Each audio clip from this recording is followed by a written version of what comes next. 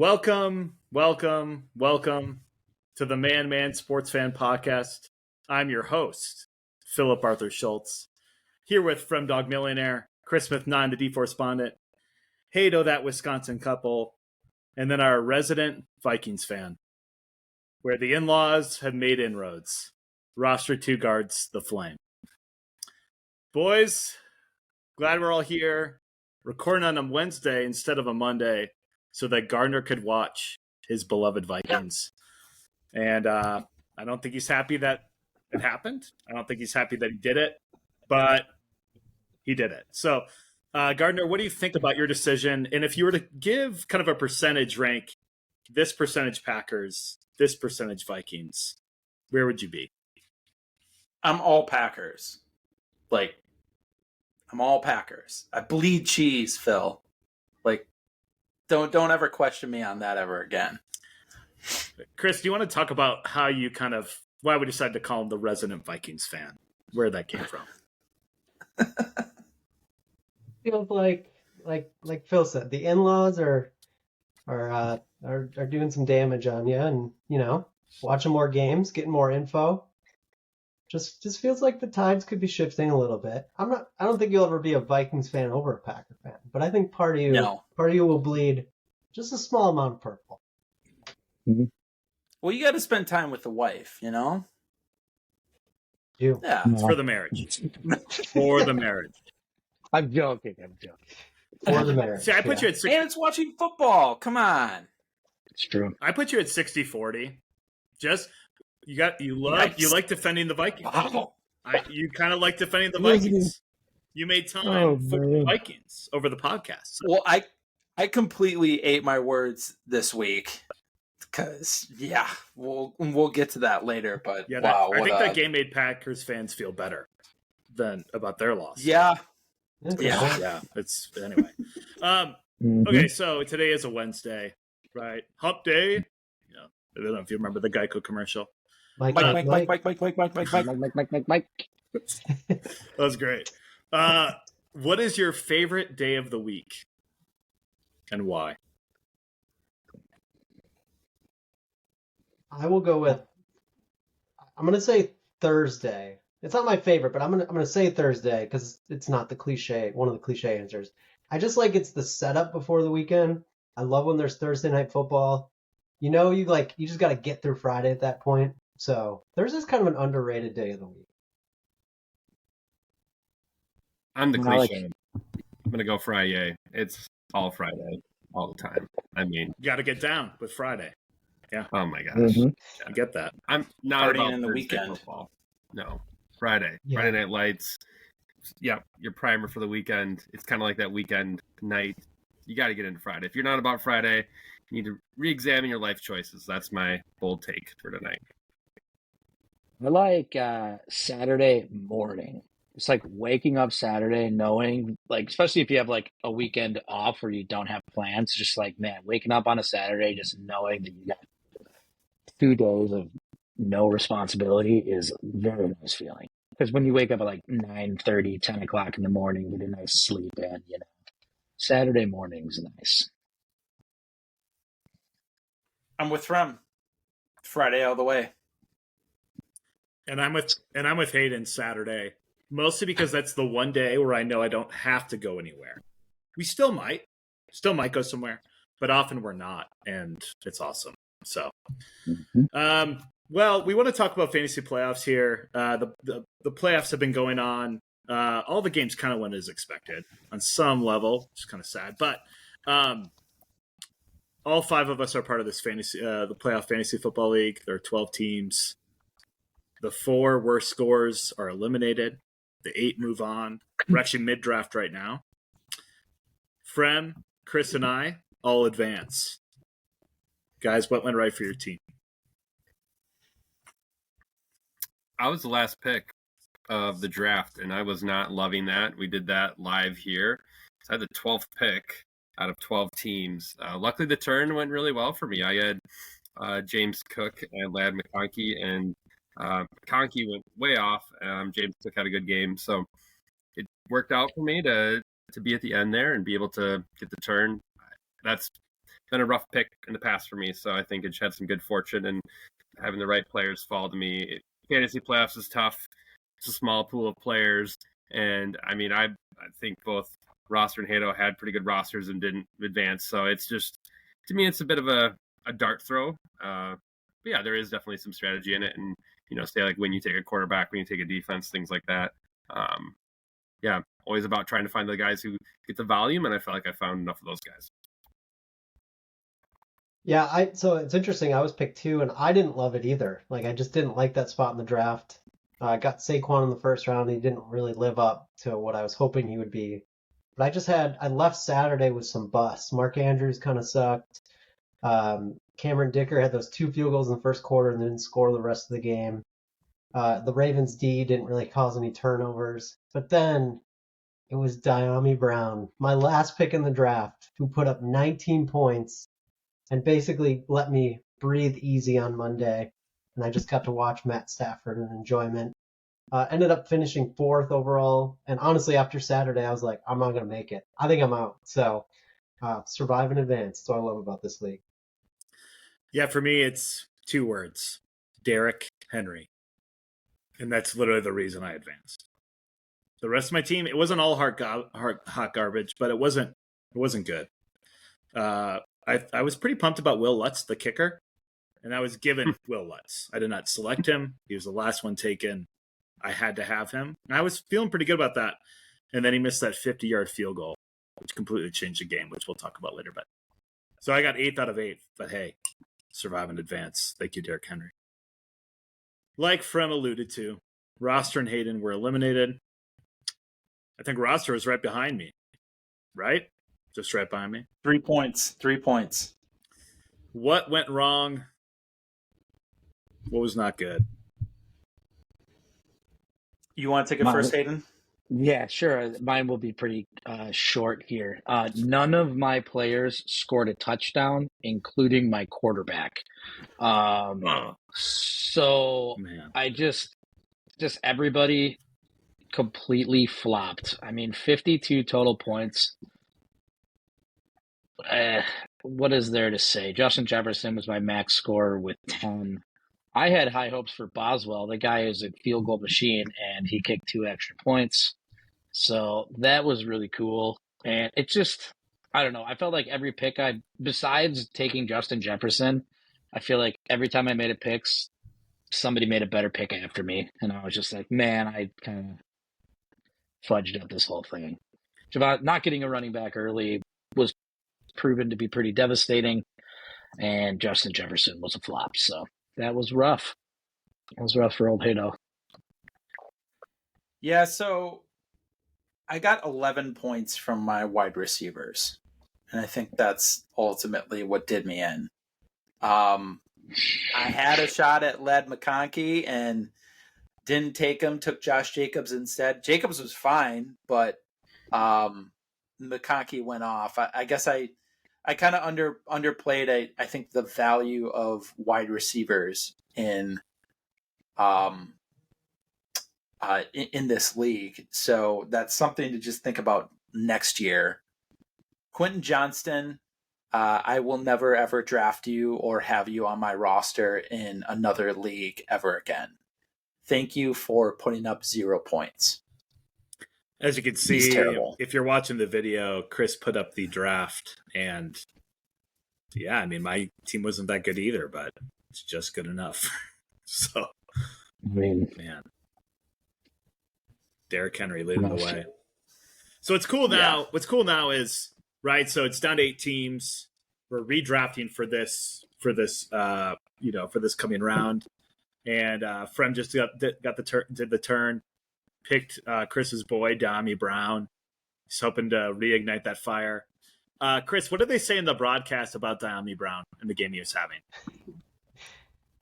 So, like in the third quarter, so he's my last pick and literally the last position player picked in this draft. And like third quarter, the announcers go, and Diami Brown having by far the best night of his career. And I'm just like, let's go.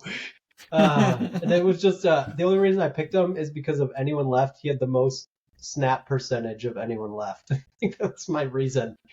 So it was incredible. Thank you, Diami Brown. I think out of North Carolina, That sounds right. right? That sounds know. right.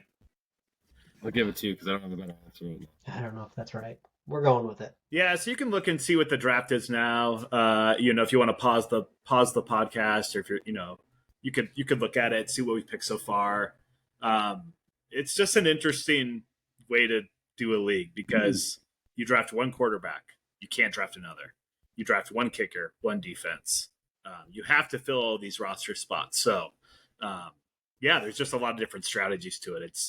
We talked about it as maybe it being one of the funnest fantasy things we do because of the nature of it, the strategy of it. And yeah, I think when you're drafting too, you want to find those safety blankets, right? Those like Derrick Henry. And that brings us to our next sponsor here, the Blanket Fortress Builder. Tonight's episode is sponsored by the Blanket Fortress Builder, the kit that turns any living room into the ultimate hideaway. Whether you're avoiding chores, kids, or a particularly brutal group text, this kit has all the tools you need to construct a fortress worthy of a king or queen. With reinforced blanket clips, glow-in-the-dark pillow anchors, and a secret snack compartment, you'll never want to come out. It even comes with a no-entry signed template, so you can enforce fort rules with authority. That's what we're about. Authority in the forts. And for the adventurous, the expansion pack lets you connect multiple forts for the ultimate blanket kingdom. I feel like my kids would like this. Plus, each kit includes a guide to building the perfect moat, using pillows and couch cushions for maximum security. Can't have a kingdom without a moat. The Blanket Fortress Builder, because sometimes life calls for a strategic retreat. We need to talk about the Green Bay Packers, who obviously don't have a safety blanket as a receiver. We saw that in this game. The Packers lose in the wild card round to the Eagles 22-10 in Philly. There's a lot that we could talk about here, and we will. Hayden, what went wrong for the Pack? It started out right out of the gate. Turnover on the opening kickoff of the game that gave Philadelphia a touchdown, 30 seconds, 45 seconds into the game, essentially. Spotting the team in the playoffs 7 points is not what you want to do to start the game. Uncharacteristic, I would say, from Keyshawn Nixon. I feel like he's not he's maybe muffed a couple of punts, but once he gets the ball in his hand, he's usually pretty secure with it. So that was very interesting. Also feel like we probably should have got the ball back on that play. I don't understand what the replay is for. Again, we've talked about that a ton of times, so I'll keep that short. But then injuries piled up for the Packers. 3 best receivers eventually out for the game. And penalties. 8 penalties for 85 yards into what seemed like the worst possible time to ever have a penalty every time we had one. So just a compilation of undisciplined football and not taking care of the football. Just a frustrating night all around. Offensively, defense played very well, but offensively, frustrating game. Well, let's talk about the offense because obviously we had a couple injuries. Dobbs, Jaden Reed go out during the game. Christian Watson tears his ACL in the Bears game the week before. Most likely out of almost all of 2025. His dad just tweeted that today. And so there obviously was some chemistry issues. Obviously, the amount of talent on the field, the wide receivers wasn't great. But we also kind of noticed that Jordan Love just didn't feel himself. It just felt like we've seen kind of maybe him be a little bit more clutch, that kind of thing. Frem, what do you make of Jordan Love's performance from this game? Second worst QBR out of wild card weekend, just slightly above Mr. Justin Herbert, which I won't make this segment into my dislike for Justin Herbert. But Jordan Love, I think we can all say, did not have a good game, much less a playoff game.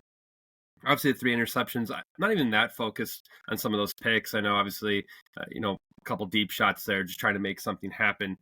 But I think we can all say, as Packer fans, it's those moments you're looking for him to maybe get out of the pocket. And I think this is, Hato made a really good comment in one of our threads there in our fantasy league about it. Just seemed like I believe it was Hato. Maybe I'm giving you credit where credit's not due, but that it just seems like in the season that a QB gets injured, they never seem to perform the best in that season. And how he was, I don't know, just moving in the pocket, and it just didn't seem like he had that burst to even get away or to outrun a defensive lineman. And it's just a really underwhelming performance. I think it's not a game you can look back and be like, oh, remember that great throw or that great play. I mean, without Josh Jacobs and our battered offensive line that kind of gutted through that game, I mean, I don't know if we have much offense to speak of at all. And so it's definitely a head scratcher. I think we talked about the regression of Jordan Love, and this game doubles down on that. And yeah, without some other poor quarterback performances in the wild card weekend, I think you're looking at Jordan Love having one of the worst playoff performances in the league here. And I think it's going to be an off season where, yes, we'll talk about getting a number one wide receiver. Yes, we'll talk about, okay, how do we support Jordan Love more in all the ways, and was it play calling? Is it improving the offensive line? All these things, but it is going to come back to Jordan Love's performance in these big games. And so hopefully getting healthy in the offseason, hopefully coming back and looking like the quarterback we thought he once was. But I think there is some doubt creeping into Packer fans right now of what does he do on the big stage, and what does he do in these big moments? Because that's pretty clear what separates the best teams in the NFL is having that guy who can make plays in clutch situations. And as much as we can say that we all, are so happy to be on, away from Aaron Rodgers and for watching his kind of career wind down here, we can all look back at his career and say he was that guy for many, many years who could make plays, and especially early in his career. We have a lot of great memories. And I'm trying to kind of look at parallels here of Jordan Love. Like, is this kind of, Aaron Rodgers early on, when he lost that high scoring wild card game against Arizona? Like, is there a parallel here of like, you're looking at the careers, and it's tough. I'm kind of going to give Jordan Love the pass here because of the injury and season and the up and down season, and maybe not sustaining some chemistry with wide receivers. Christian Watson obviously out here. So, but overall, I think there is that doubt, and I'm not happy to talk about that doubt because obviously, I'd love to reminisce just about how we've brought Jordan Love up in our system, and that we're Green Bay and we are great at developing quarterbacks. But right now, I think we need a bounce back season from Jordan Love. I think that's a big thing for Packer faithful. Yeah, I think the last 3 games, Love didn't look good for a lot of what he was doing. But I think a lot of the, especially the last 3 games, you lose the last 3 games, it really ends with a sour note. And I feel like, when we think about Matt LaFleur as a coach, there have been questions about him as well, similar to Jordan Love. So Gardner, where do you stand in Matt LaFleur? What do you think he needs to get better at? Yeah, what do you see with this future in Green Bay? So I've kind of been harping on him a lot this season because I think he's a good coach, but there's a lot of things that he can do better. I hope he doesn't go into this offseason and ultimately blame some of their failures this season to win against good teams on injuries, on Jordan Love getting injured, and then basically half of the starters on the offense getting injured by the time the Eagles game was over. I hope he actually takes a look in the mirror in the offseason and realizes that there are a lot of things that he can get better at. He has one of the most emotional and undisciplined teams in the entire league. And Chris and I were talking about that before the podcast, about how some of that probably can stem from how emotional he gets on the sideline during games. And I feel like that probably trickles down to his team and what they do in games. His clock management needs to get better, and so does his situational play calling. And this is something that I've talked about multiple times this season. He's got this conservative streak going with his play calling, and that kind of reared its ugly head again on Sunday. That 3rd and 3 run that he called to Emmanuel Wilson on their second to last drive stood out to me. It reminded me of basically the same 3rd-and-3 run the week previous against Chicago that ultimately stalled the Packers' final drive, and they had to kick a field goal against Chicago. It honestly, it was the exact same thing. Just run the ball up the middle with Emmanuel Wilson, get stuffed, and then you've got a 4th-and-3. One thing that I hate that he does, and Kevin O'Connell, the coach for the Vikings, does the same thing, is this happened at the end of the first half, and I think Hato pointed out in our chat, they got up to the ball with like 8 to 10 seconds left to go before the 2-minute warning at the end of the first half, and just decided not to run a play. And I don't understand that clock management. Like, you've got a free time out there. Just run the freaking play. Like, why are you wasting the time out there? I'm hopeful that he can make changes because his former boss, Sean McVay,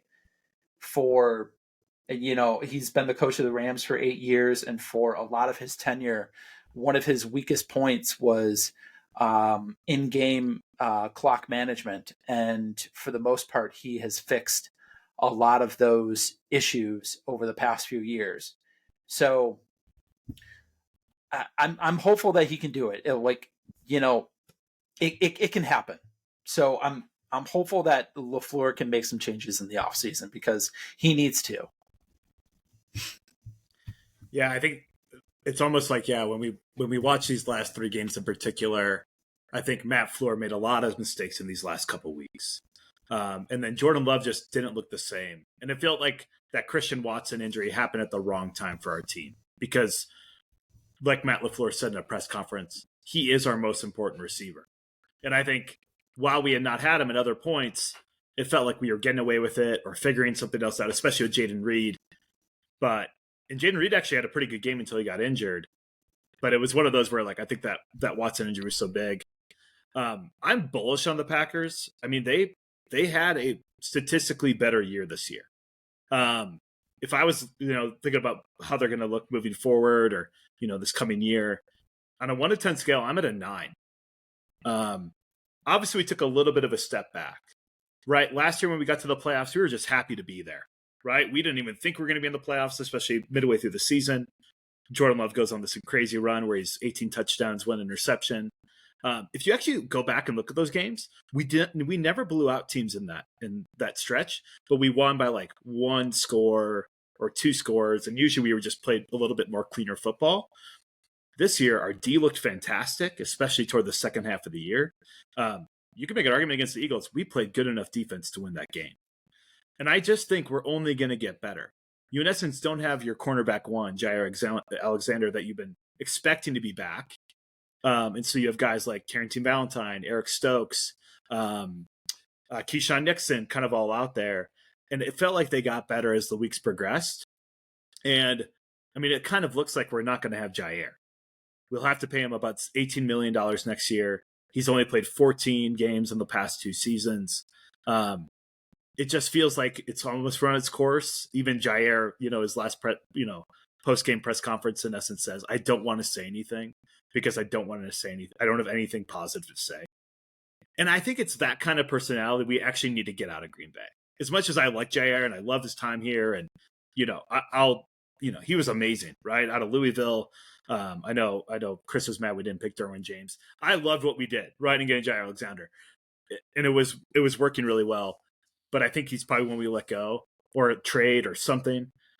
We have roughly $30 million in cap space that we can use, right? So after the draft and filling up our roster and roster bonuses, that kind of thing, we'll have roughly $30 million to use.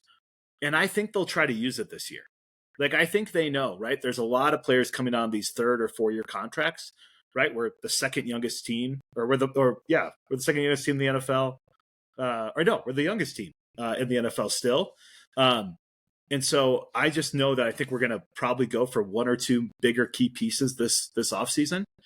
And if you actually look at our unrestricted free agents, there's not that, there's some, but there's not many key ones, right? So the names out there, center Josh Myers, linebacker Isaiah McDuffie, linebacker Eric Wilson, cornerback Eric Stokes, TJ Slayton, defensive tackle, kicker Brandon McManus. Those are the ones where, are kind of up in the air if we're going to re-sign. We actually have a lot of good exclusive rights free agents. Dan Whelan, our punter, Emmanuel Wilson, running back, Aaron Mosby, who played some snaps toward the end. And I think probably out of those, right, the ones that I really want us to re-sign, and I'd be curious what you guys think about this. One, I want to get TJ Slayton back because while he had that stupid penalty at the end of that Eagles game, I just feel like we're going to be a different team next year. On some level, we have to become more like the Lions, which I hate to say. I never thought I would say that. But in essence, we need to become really physical and aggressive, but not go overboard, right? And I think, like you said, the Flame, it starts with Matt LaFleur. And so I think hopefully there is some reflection from him this summer. But I also think we try to re-sign Isaiah McDuffie because he's just a glue guy, right? He doesn't need to start. He doesn't need to play a ton of snaps. But even if he plays 50% of the snaps on defense, I mean, he's pretty effective, right? In a lot of ways, especially just even a mentality. Plays hard the entire time. Eric Stokes played a lot better the second half of the season. And he was coming back from a year-long injury. And he's been injured multiple years here. You could probably get him back for a year, $5 million, 2 years, $8 million, like something really small where you have some continuity in the secondary, especially if you're going to have Jair gone. And then, gosh, I really hope we re-sign Brandon McManus because obviously we saw what a kicker can do. And I know he missed that field goal in the Philly game. That was crazy and it just didn't make sense based on how he'd been playing. But even signing him $3 to $4 million a year for a couple of years makes sense for where our team's at because we need the insurance at the end of those games. And like when he hit that 55-yarder in the Bears game, that was incredible. All right. And there's just no way that Narveson hits that or any of these Anders Carlson. They're just not going to hit Narveson. They're not going to hit it. So, so I don't actually think we need to re-sign Josh Myers. We're offensive linemen. We can make it work with a lot of good offensive linemen. And I just think that's a guy that's going to probably get it. Thank God he doesn't actually have a serious injury. He's probably going to get $8 to $10 million on the open market, right, a year. So I'm curious from you guys, what do you think about the free agents or even just the general outlook? Does anybody kind of have any opinions on that?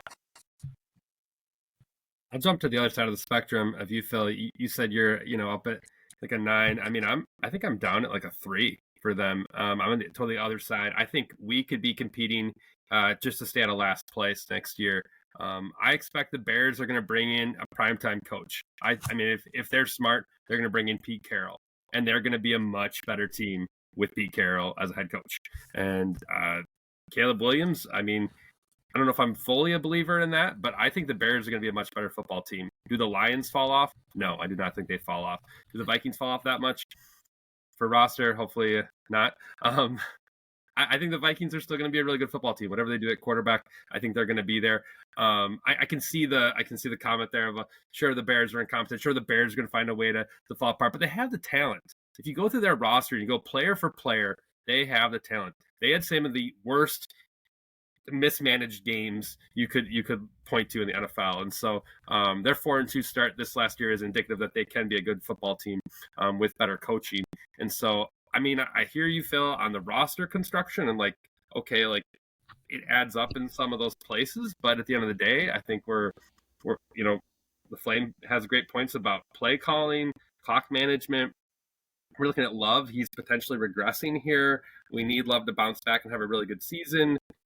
I mean, leadership on this team, I think that's a huge piece of this. Like Tucker Kraft has made, some interesting comments here at the end of the season. I'm listening to some pundits in the area, and they're, what does that mean? Are there some bad habits, I've been seeing from other teams, all these comments come out after the season of what was going on in season? Are people late to team meetings? What's the culture in the locker room? It's a young team. And so I think to your point, Phil, my confidence will definitely skyrocket if we can bring in some veterans, if we can bring in some leadership. But right now, I don't see that leadership on this team. I don't see us really rising to the challenge of being one of the top teams in the NFL right now. I see us being maybe a middling team. Maybe we could, pull together another 10-win season and make the playoffs and lose in the first round here. I could also see us falling off if we have the right injuries and being, unfortunately, I think a last place team in the NFC North, because the NFC North is a really competitive division right now. And I know as Packer fans, we never want to think like that, but it's a rough way to end the season. I had a lot more confidence coming off of last season in our loss out of San Fran, and this year, it's definitely going the other direction. Any other thoughts? Wow, that was not the kind of thought I was going to get from Frem. You haven't been on the pod long Jeez. enough then, Maddie. Man. I mean, 2 more wins than last year. You get a lot of dead cap off the books.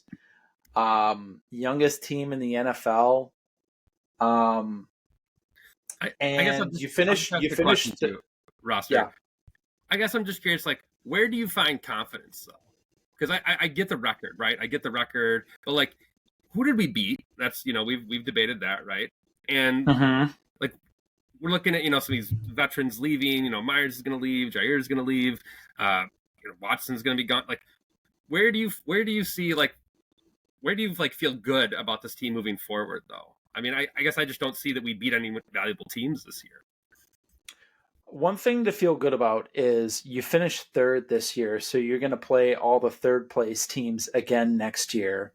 So you're not going to play, the 1st place team schedule that the Lions are going to play, or the 2nd place that the Vikings are going to have to play. So there's something good about that. I'll say this much. For as down as Packers fans are on Love, in Brett Favre's 2nd season starting, he threw 19 touchdowns and 24 interceptions. Jordan Love threw 25 touchdowns and 11 picks and started 15 games and realistically only played like about 14 and a half because he got injured in the Chicago Bears game. So I kind of don't understand the skepticism given that there's, potential studs all over the field. You've got a fantastic offensive line. Josh Jacobs was awesome. You can nitpick around the roster. You can nitpick the wide receivers, the defensive backs, the defensive line. But I don't know. I feel like once again, here I am saying I feel like we're being too reactionary with the end of the season here. I don't know. I still feel like this team is ascending, even though it doesn't feel like they're ascending right now. I don't know. Just the vibe. I totally get it. The vibes are totally off after the final couple games of the season. Aiden, Chris. That's fine with me. Yeah, I just put in the chat. I mean, just the one thing is that's different about Love when you compare him to other young QBs in their early years is that the Packers paid him to be an elite quarterback. And so while he's in year 2 of his career, going into year 3, in terms of playing full time, like they need him to be a top 10 QB. And like, yes, it's going to take time to develop, but they paid him to be an elite QB. So like that's the production they need to see. But it does start with getting him the weapons to be able to do that. So we'll see what happens this offseason with that too. It's interesting. You lose really to the best 3 NFC teams 6 times. I mean, we were 0-6 against these top 3 teams who have much better weapons, like we've talked about. Sam Darnold was playing out of his mind. 35 touchdowns, 9 INTs on the season. He completely flames the last 2 games. Love didn't actually flame in the same way. If you watched it, they was not the same. And so, yeah, I definitely have confidence. We could get into a lot more of our own opinions on this. Can I make one more comment? Yeah. One last comment.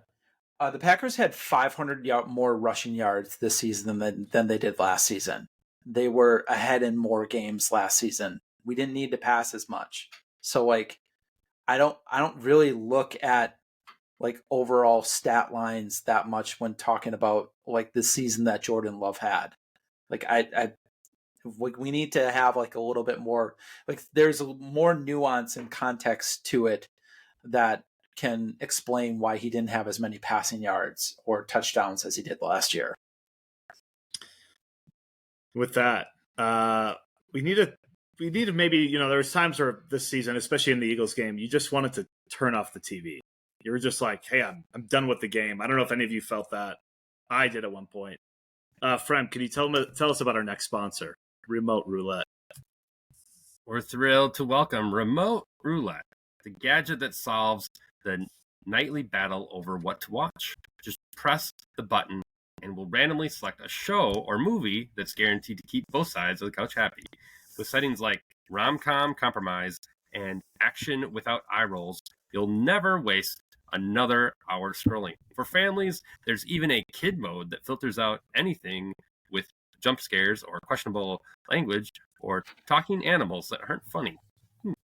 The device also features a skip to the good part option for rewatching your favorite shows without all the filler. Remote Roulette, turning indecision into entertainment. I think I could use that. We spend way too much time trying to just find out what to watch. It's a waste of time. Yeah, Yep. early. Scrolling the app seems to be more fun than actually watching the show at this point. It's terrible. I mean, you could go through all the platforms and spend I think a good half hour just like see what's out there. It's crazy. Earlier in our marriage, me and Emily would try to figure out something to watch. We would literally take an hour to try to figure it out, and it was like, I don't even want to watch anything anymore. This is awful. Yeah. It's horrible. Well, you I know. need a plan. Yeah. Well, hey, I know for a lot of us, we watched, we didn't fight over this with our spouses. We watched a lot of the wildcard games. And so what we want to do is give you a recap of each. And so we're going to start with Frem, his beloved Chargers, Justin Herbert love, at the Texans. Frem, tell us about the game. Well, Justin Herbert ended up throwing the ball a lot. And so I'm going to give him a little bit of pass with 4 interceptions. One of those balls, right, is off of his tight end's hands. I think he was forced to really work outside of how the Chargers want to play football. I give D'Amico Ryans and that defense a ton of credit. They came to play, and they limited the run game. I mean, if you pay attention to Charger football at all this year, they really predicated their offense around establishing the run early in the game.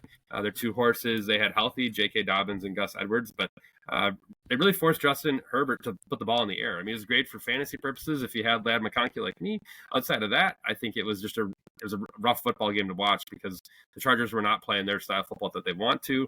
And I think with the defense really dominating the game, C.J. Stroud had a good game with Nico Collins. Joe Mixon had a good game there. But the game was not so much on the Texans' offense having to perform because time and time again, the Houston defense kept putting them in a good spot, shortened fields, and scoring on defense as well. So it's just all around domination there. Not a very good football game, I think, unfortunately, just due to how the defense dominated on Houston end, which when we were picking fantasy defenses, that was probably my last pick. So it was pretty shocking just to see how Houston came out and got up for that game. Talk about maybe home field advantage. They're playing in Houston. I do not expect Houston to replicate it whatsoever in the next round, but hey, good for them. And D'Amico getting a playoff win there.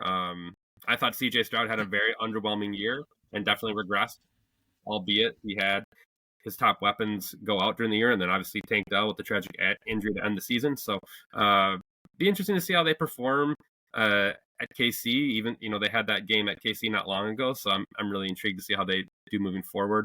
Because offensively, they just have not seemed to be clicking, and they typically allow a lot of pressure on C.J. Stroud, so he doesn't have a lot of time back there. So, but yeah, if they can get the run established, who knows? KC plays all these close games. It could be a close one the next round, but definitely the Chargers are charging, as they say, right? And so it's just unfortunate. They just can't seem to get out of their own way, and they playing a lot of mistake football. I think they're gonna have to look at like what did we do? Was our blocking scheme not there? How did we not establish our style of football early on? And so always a brutal one when you lose up front in the trenches. Yeah, it's crazy that Stroud came out. I mean, Stroud, their offense just looked incredibly different from first to second half. Hayden, tell us about the Steelers at the Ravens. Ravens taking it 28-14. Yeah, Schmitty, I see your comments in there. It's this was, to me, it was just kind of big brother, little brother.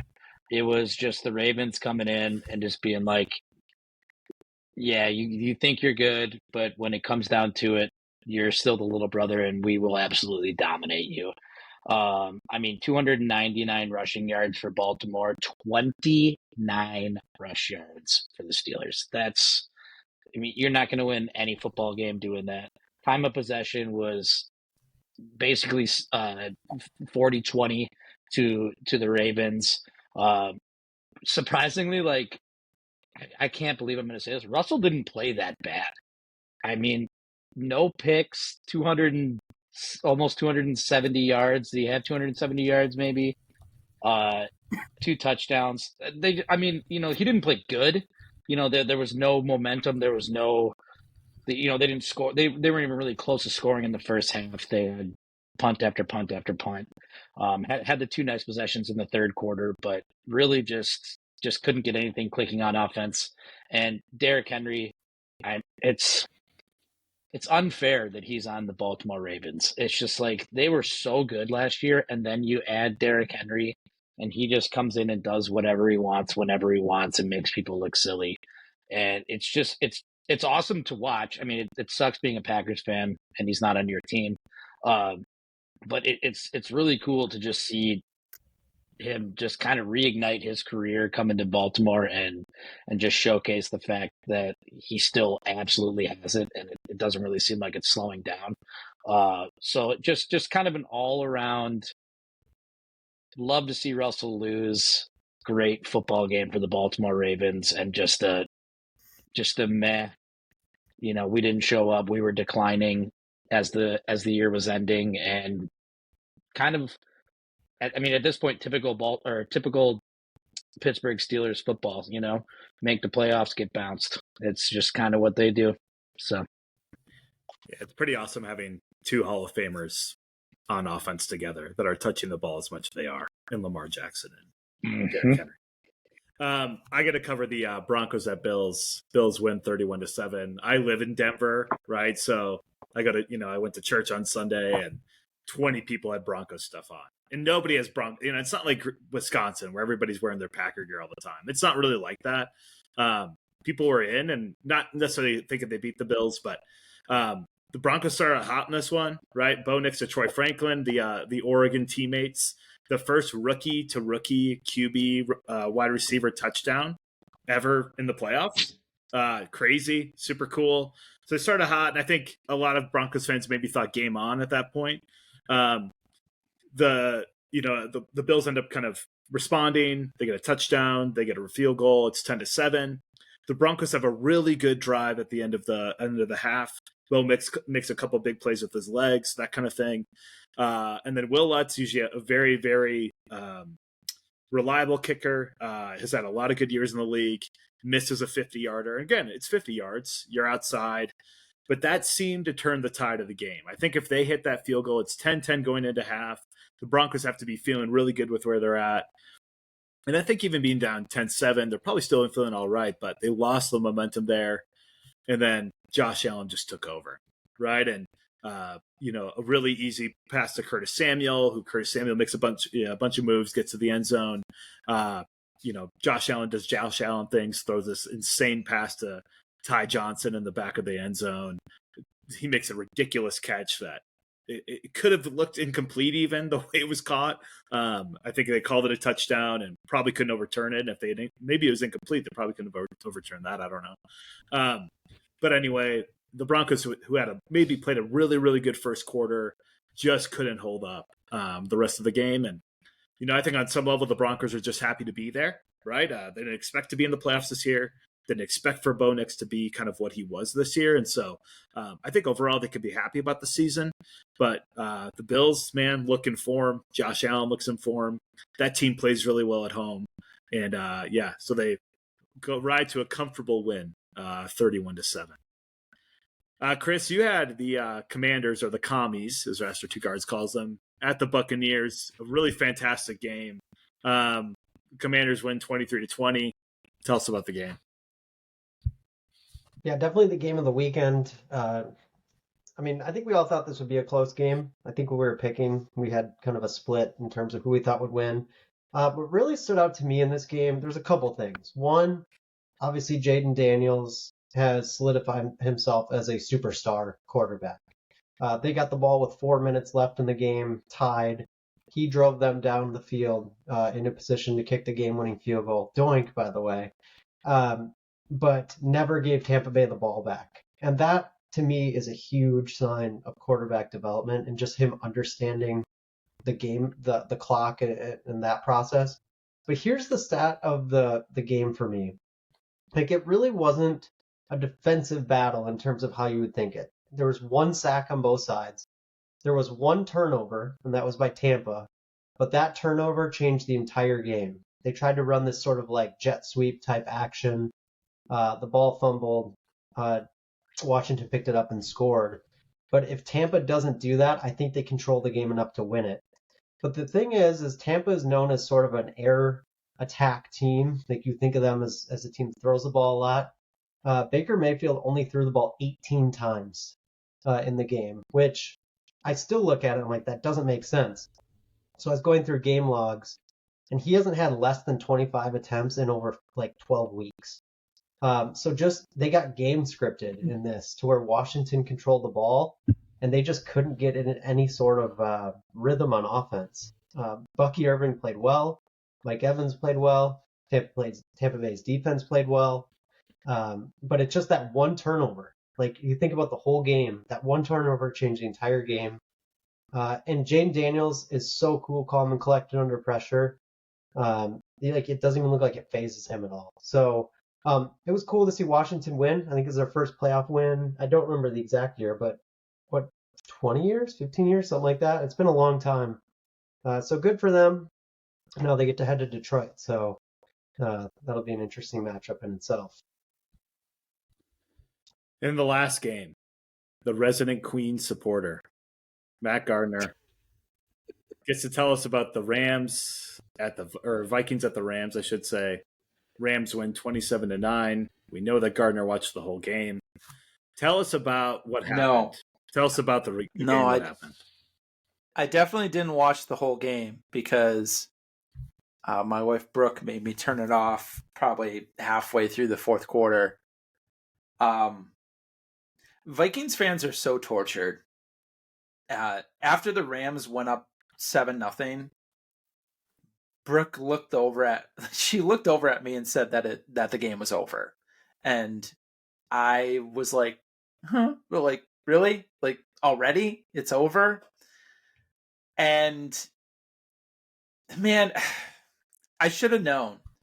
I should have known that McVay and a healthy Stafford and a healthy Rams team in the playoffs would just be the way to go. Like, what was I thinking? Thinking that the Vikings had a chance to win this game. And honestly, what an incredible fall from grace. Two weeks ago on this pod, we had a segment about how I think half of us thought that Sam Darnold was a better player than Jordan Love. And it certainly ain't that way now, huh? McVay and the Rams just really had such a solid game plan. They took away a lot of the things that the Vikings were trying to do on offense. And realistically, like, they got a whole bunch of pressure on Darnold, pretty much mostly just bringing 4-man fronts. Before I'm done here, we need to go through some of these numbers because it's honestly kind of insane just how big of a collapse Sam Darnold had in, on the biggest stage in the playoffs. He was sacked 9 times. The Vikings lost 76 yards on those sacks, which is the most any team has lost on sacks in a playoff game in the Super Bowl era. Every sack was for a loss of 6 yards or more, which, I mean, just absolute drive killers. They didn't score. They only scored 9 points. They were beat 27-9. They didn't score on any drives where they took a sack. Here's an even crazier stat that I heard. Darnold was pressured 26 times on Monday night. The Vikings gained 2 yards on those 26 pressures. 2. It was the old Sam Darnold. the Sam Darnold that we know from his days of the Jets where he was seeing ghosts. And I honestly kind of felt a little bad for him in some regards because he probably lost himself a whole bunch of money and maybe even a starting spot as a quarterback next year. I don't know where he would go if it were not for if it wasn't playing for the Vikings. So, real quick, last point.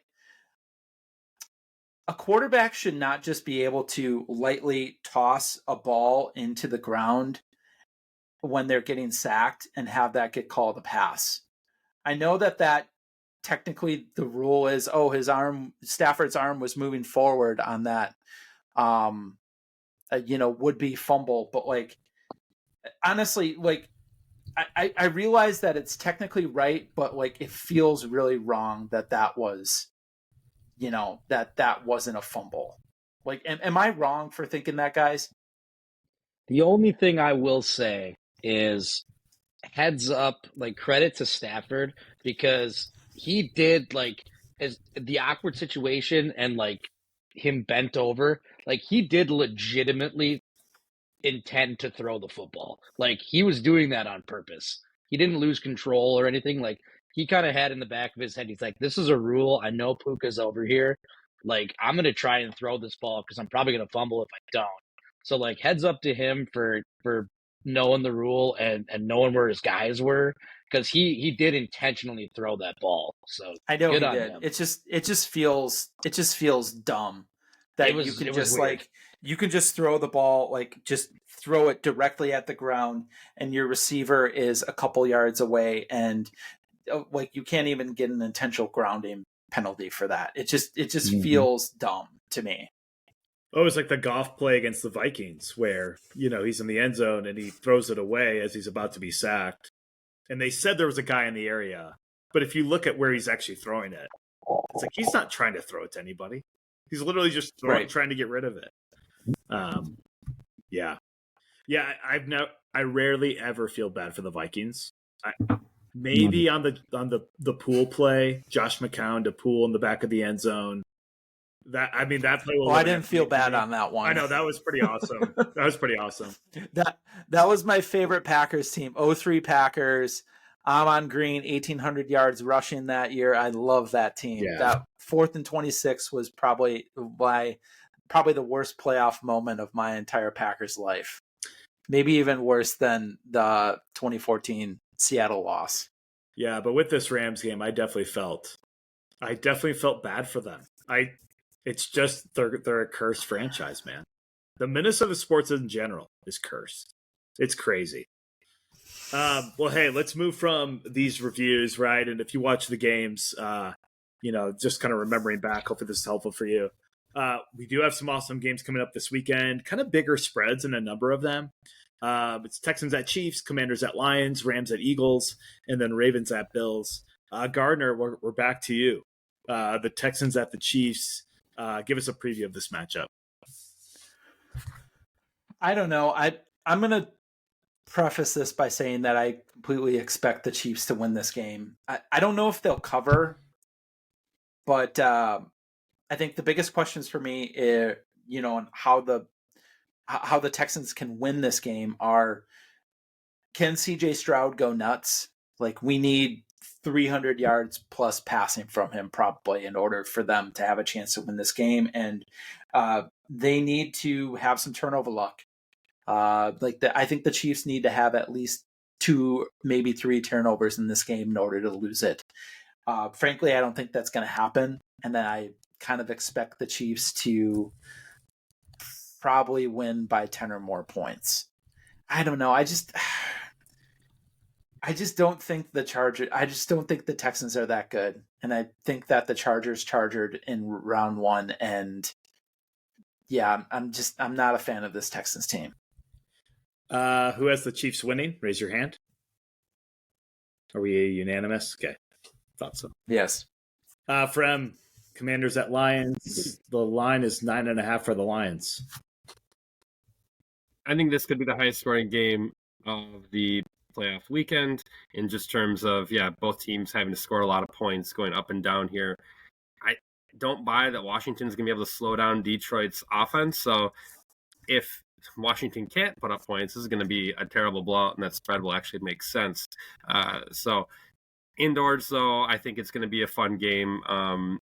Just up and down, and how Detroit plays in that dome. I think they at least put up 30 plus at the minimum, and so great opportunity though to showcase Jaden Daniels, though the up and coming rising star of the league. I think it should be some great football. David Montgomery coming back, I think that's going to be a really interesting storyline for the Detroit Lions. And ultimately Detroit's this is a tune-up game for the NFC Championship game, and either they're welcoming back Matthew Stafford for a really fun rivalry there, or they're going to play a really testy, chippy game with Philly. I think there's going to be a fight in the stands if Philly goes to Detroit. I'm just going to predict that right now. So, I think it should be entertaining, but ultimately Detroit should win by probably at least a touchdown. Yeah, this just feels similar to the Packers last year going into San Francisco, playing with house money, for the Commanders. So it should be interesting. Who's got the Lions? Raise your hand. We are unanimous on that. Okay. Chris, this feels like the game that this feels like the game that you're the most excited about. It feels like Rams at Eagles. Eagles are getting 6 against the Rams. Preview this for us. Yeah, I teed this one up for myself. I think the Rams are going into Philly and winning this game. The Rams' ability to get pressure on the quarterback, Braden Fisk, Kobe Turner, Byron Young, Jared Verse. I mean, those guys are good and can get pressure on the QB. And let's just name what it was. Jalen Hurts didn't look very good last week. I mean, if we were competent on offense, the Packers would have went in and beat them. Like, we caught them on a day where they were not good offensively. Obviously, Hurts coming off the concussion just didn't look like he was in rhythm. And I don't think he's going to be able to get into great rhythm against the Rams as well. The Rams are completely healthy, as I've talked about in the past. They have great weapons on offense. It sounds like Tyler Higbee is going to be able to play. Kyron Williams can control the game on the ground if they need to. I just feel like they can do everything the Eagles can. It's going to come down to a play on defense. Both teams have good defenses. But the cold weather thing kind of scares me with the Rams. But I just think with Matt Stafford being a veteran QB, he knows how to go in and win a road game in the playoffs. Love the line for the Rams, and I would pick them outright. But should be the game of the weekend. Well, maybe. But I think this will be the best game of the weekend. Who's got I think we might be split on this one. Who's got the Rams? Raise your hand.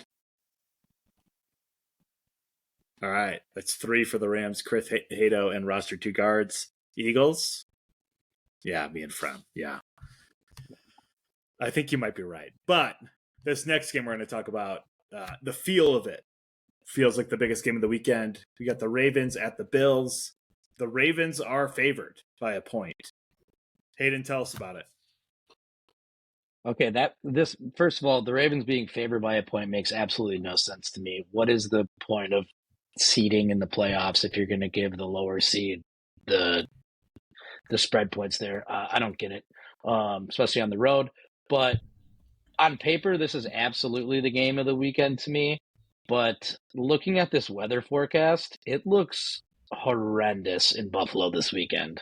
Not necessarily bitterly cold, but like potentially warm enough to have a flurry of snow and rain mixed together. So it could just be a sloppy, weird mess, which could favor the Ravens with Derrick Henry being Derrick Henry.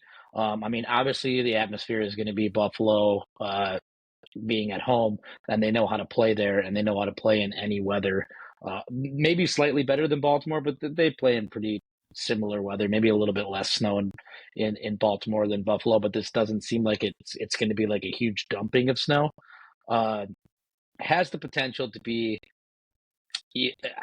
almost like whoever wins this game wins the MVP. I mean, I know the votes are already in on that, but like it kind of feels like that should be the deciding factor. These are the two guys in the race with Lamar and Allen, and I think whoever comes out on top should win the MVP, in my opinion, regardless on the performance. I mean, unless one of them has 4 interceptions or something like that and still gets a win, but I don't see that happening. But I think you could see a lot of Derrick Henry. Zay Flowers is still pretty questionable to go for this weekend. I don't know. He hasn't gotten the nod yet. He hasn't practiced at all since the injury on his way back. So it didn't seem to affect them in their first round game. But I'm going to stick with my roots of Buffalo. I picked them winning the Super Bowl against the Bucs. That didn't really turn out for me. But I think it's just, I feel like I say this every year. Everybody says this every year. It's Josh Allen's time right now to step up and be the guy that makes that deep run and wins the Super Bowl this year. So I'm hoping for a nice high scoring game, but this also could just be 19-13, 19-17, something weird, low scoring with the weather. So I'm kind of interested to see how this one's going to pan out. Who's got the Bills? Who's got the Ravens? Screw you guys. Who's got the Ravens? The rest of us. Hayden, Everyone but me. Wow. You know what? You're Wow. all gonna eat. You're gonna eat those words this weekend, boys. We totally. Everybody's picking the Ravens. Derrick Henry's so good. Hayden, I think if the Bills win, you get to punish us in some way. yes, some way. I agree. Yeah. I agree. Yeah, well, it's kind of cool. You have that little, ace in your pocket kind of thing. Tell us about our next sponsor, Pocket Puns. Yeah, the next sponsor we have for the Man Sports Fan Podcast is Pocket Puns. This week's episode is brought to you by Pocket Puns, the app that equips you with quick-witted puns for every occasion. Need to lighten the mood at work? Try, I told my computer I need a break. Now it won't stop sending me Kit Kat ads.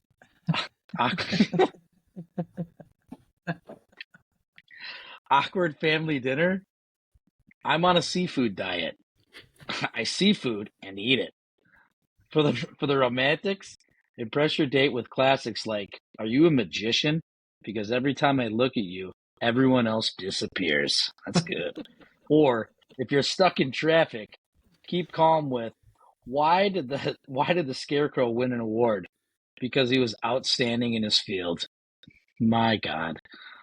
Pocket Puns also feature a pun emergency button for when you need to save a conversation from going flat. Pocket Puns, because life's too short not to groan at the good jokes. Wow. Okay. That was a good one. That was a great ad. That was literally the first time I read it, too. I didn't look at it before I read it. I You never nailed look at that. the ad reads ahead of time. That was Yeah. so good. Yeah, would- we I needed would- that. So good. We needed that, I especially for see the Jordan food Love and conversation. eat it.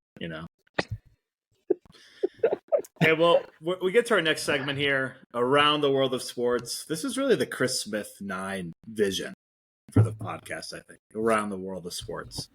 He's doing the seeing eyeglasses if you can't see that on the if you're not watching. So we're gonna go to Fred and Hayden first. They're gonna tell us about the college football playoffs. Really interesting matchups here in the semifinals. Should be a really interesting national championship. Hayden, Frem, tell us about it. Yeah, so I think I'll just give kind of the big picture, try to boil it down to the game you're going to watch between the Notre Dame Fighting Irish and the Ohio State Buckeyes.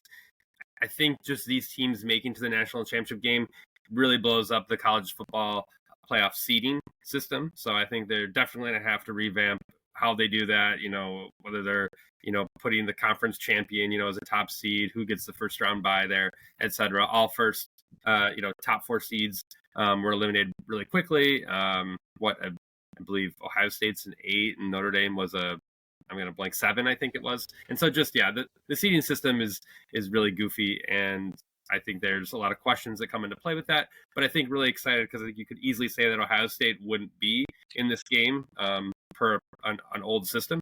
And so I've been high on Ohio State since we made these initial picks. I said that Oregon-Ohio State game was going to be the sub-national championship game. Still on the Ohio State bandwagon. Never been an Ohio State fan, usually Ohio State hater as a lifetime Badger fan. And so it's hard for me to root for the Buckeyes, but I do have a soft spot for this team. I think the cries for Ryan Day to be fired are absolutely insane. This guy has been one of the most successful coaches for Ohio State. I get it. He hasn't won some of the big games, and you cannot lose to Michigan. Like that's like college football lore there. Like you cannot lose to that rival. And so yeah, hopefully they win for his sake, because I think he deserves to still be the coach there. Will Howard, really cool story. They're at quarterback. They have great players. You saw it in this game against Texas. To go to the championship game, they don't even need guys like Jeremiah Smith to perform. They have amazing running backs. They just have incredible depth there. I do not think Notre Dame has nearly enough firepower. I think they have a decent defense. I think they'll kind of hang in it. I don't think it'll be one of those blowout games we saw with like Georgia and TCU, but I do think Ohio State handles Notre Dame pretty well, whether on the ground and the air. I think they're just more of a complete football team overall. What do you think, Cato? Yeah, Hayden, what was your favorite game of the two? Notre Dame, Penn State, Ohio State, Texas. No, I'm sorry. There we go. Sorry, I hit a button on my computer and I thought I lost the window we were on. Can you repeat the question? Yeah, just of the two games, what was your favorite? I think I liked the Notre Dame Penn State game. This Jeter guy, this field goal kicker, ice cold, coming in and just hammering home that walk-off field goal to win it. I didn't expect Adler. That's the Penn State quarterback, right? That's his last name. Or yeah. Is that his name? It's kind of like that. Penn. Yeah. Yeah. Close enough. Drew Aller. Yeah, I expected him to have a better game. That pick he threw at the end was atrocious. To turn it back over after a huge momentum swing, getting the ball back. I certainly did not expect just an immediate interception turn back over. So I didn't expect Penn State's quarterback to play so bad. They didn't get their tight end rolling, Warren. He was kind of their X factor all year as well. I thought that they fed him, I think, six catches. He had 88 yards or something like that. But I thought they were kind of gonna get him the ball a little bit more and have him do some work after the catch. But again, I just gotta say, I'm usually a Russell Wilson hater and I'm usually a Notre Dame hater. But props to them for sticking it out and having a great kicker. So he's gonna have a good career. Yeah, I really like Marcus Freeman for some reason. That guy's just awesome. So you can just see his demeanor on the sideline. It's pretty cool. Next Bears head coach? Yeah, I was about to say, do you think he's going to get hired by an NFL team? I don't think he's going to leave. I don't think he wants to. How do you leave Notre Dame? I don't know. Yeah. Job in the big show. Yeah, but you can lose your job. Go lose a bunch of games in the NFL. That sounds cool. I don't know what the Bears are going to do, man. If the it just feels so out there. Like there are just all these different candidates, and it doesn't feel like any direction. Who knows? And their ownership group is easily one of the most dysfunctional ownership groups in all of the NFL. Like it's like Succession over there. It's just a bunch of Kendall Roys running around. It's like the government in Illinois. I'm kidding. It's a side. It's because they make us pay for tolls. Yeah. Yes. That's a travesty. That's through them. That's just a surface, Chris. Yeah, Wisconsin's superior. And so you should tell us, Chris, about Badger basketball, because they've also been playing extremely well. I'm just waiting for the guard slump. I don't think it's going to happen this year, but tell us about what's going on there. Yeah, so Matt Smith, and I were on the pod a week and a half ago talking about this big 4-game stretch coming up. I think we all said we thought they'd go 3-1. They went 4-0, took care of business. Going into Rutgers and getting that win was huge. Granted, Dylan Harper wasn't fully healthy. We caught him at a good time in terms of going there and winning. But then to come home and take care of Minnesota, it was kind of an ugly first half, but then kind of dominated in the second half. But the game last night against Ohio State was a big game for the Badgers. So Ohio State's a little deceiving. They're 10-7 overall after we beat them last week. But that's a team that beat Kentucky by 20 earlier this year. Like that's a team that if they get hot, you just don't want to play them. But what I've liked in terms of what I've seen from this team, I think we all three of us called the John Blackwell breakout, which is happening. John Blackwell is a star and by far the best player on this team. But I think there's been a clear separation of three players. It's John Blackwell, it's John Tonje, and a Stephen Crowell. Like those three have separated themselves in terms of like when you need to get a bucket, those are the three guys you want the ball in their hands. Other development that's happened during this stretch, Max Klesmit getting hurt, missed one game, came back last game. He hasn't played well this season at all. Kamari McGee got his first start, scored 15 points, which was a career high. But we're seeing how valuable Kamari McGee is to this team. I would say if they didn't have him, the record would be very different. Another player, Carter Gilmore, like just understands his role, comes in, is like a perfect veteran player, had a chase down block last night. There's just a lot of good vibes with this team. They need to get Max Klesmit going, though. Like, he can't continue to shoot like this if they want to win big games, especially they got a big stretch coming up on the road. Nolan Winters played well. The other one is Xavier Amos. He's starting to play better defensively, so I think you'll start to see more minutes. And he's a player that can be a difference maker for this team at some point, too. So vibes are really good. Got a huge stretch. So obviously with the new Big Ten, adding the West Coast teams, Badgers go at USC, who's playing really well. They just went and beat Illinois at Illinois last weekend. And then they go to UCLA, which they're unraveling right now. I don't know if you guys have seen the interviews with their coach, and it seems like their players are kind of quitting on them. But then we got Nebraska at home. Connor Essegian comes back. Obviously, it's a team that can score. And then at Maryland. So this is a even bigger 4-game stretch. I think if they can go 2-2, puts us in a really good spot moving forward. Anything better than that, you're playing with house money. So offensively, this team's really clicking, shooting the three pretty well. Defensively, getting better. I'm with you, Phil. I don't see a swoon per se, but they got to get through these stretches with at least a 500 record. What would you predict at UCLA, at USC, at UCLA, Nebraska, at Maryland? What's your prediction? I would say 2-2. I say USC beats us. I think we go to UCLA and win. We beat Nebraska at home. And Maryland's just such a hard place to play. I don't think we can win there. Is it a little weird that they're still holding games out in Southern California at USC and UCLA right now? I don't know. Yeah, I don't know. It feels a little weird to me. I mean, a lot of the fires, given everything that's going on right there right now. A lot of the fires are North LA, and these schools are south. Yeah. And LA's bigger than you think. Do you know where UCLA is? The fires are like within 4 miles of UCLA right now. Okay. It's indoor. And that program is burning True. up, so it kind of makes sense. Hashtag pocket Dude, puns. nice pocket pun. That was good. Pocket pun? My God. We'll edit that one out. Oh, brutal. Well, I'm going to set the table with the English Premier League table right now. So, want to talk to you about EPL. Frem, have you been watching Tottenham? I got to be honest with you. Confessions.